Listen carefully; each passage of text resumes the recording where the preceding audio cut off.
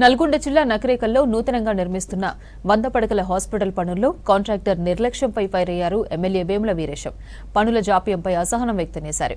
జిల్లా వైద్యాధికారి డాక్టర్ మాతృతో కలిసి హాస్పిటల్ పనులు పరిశీలించారు ఎమ్మెల్యే. నిర్మాణ పనులపై కాంట్రాక్టర్ను వివరాలు అడిగారు.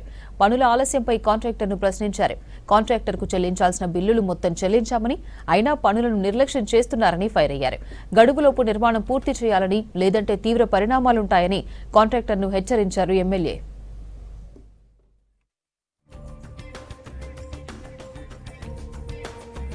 జరుగుతున్న వరకు ఇవన్నిటిని పరిశీలించడం కోసం రావడం జరిగింది. గౌరవ ముఖ్యమంత్రి గారు, హెల్త్ మినిస్టర్, ఈ జిల్లా మంత్రివర్యులు, మా ఎంపీ గారు మేమందరం కలిసి వేగంగా ఈ పనులు పూర్తి చేసి ఈ ప్రాంత ప్రజలకు వైద్య సేవలు అందుబాటులో తీసుకురావాలనేటువంటి ఒక ప్రయత్నాన్ని వేగంగా చేస్తాం. ఇప్పటికీ 2 విడతలుగా వీళ్ళకి రావాల్సినటువంటి బిల్స్ కూడా ఇప్పించేసి పనులు వేగంగా చేపించేస్తాం.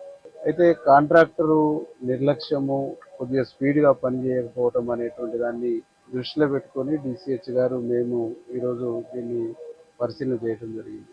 కాంట్రాక్టర్ కూడా నెల రోజులు టార్గెట్ ఇచ్చినాం. నెల రోజుల్లో కంప్లీట్ చేయకుంటే అవసరం అనుకుంటే ఆ కాంట్రాక్టర్ని తీసేసి వేరే కాంట్రాక్టర్ని పెట్టుకొని దీన్ని వేగంగా పనిచేపించి తొందరగా దీన్ని ప్రజలకు అందించడానికి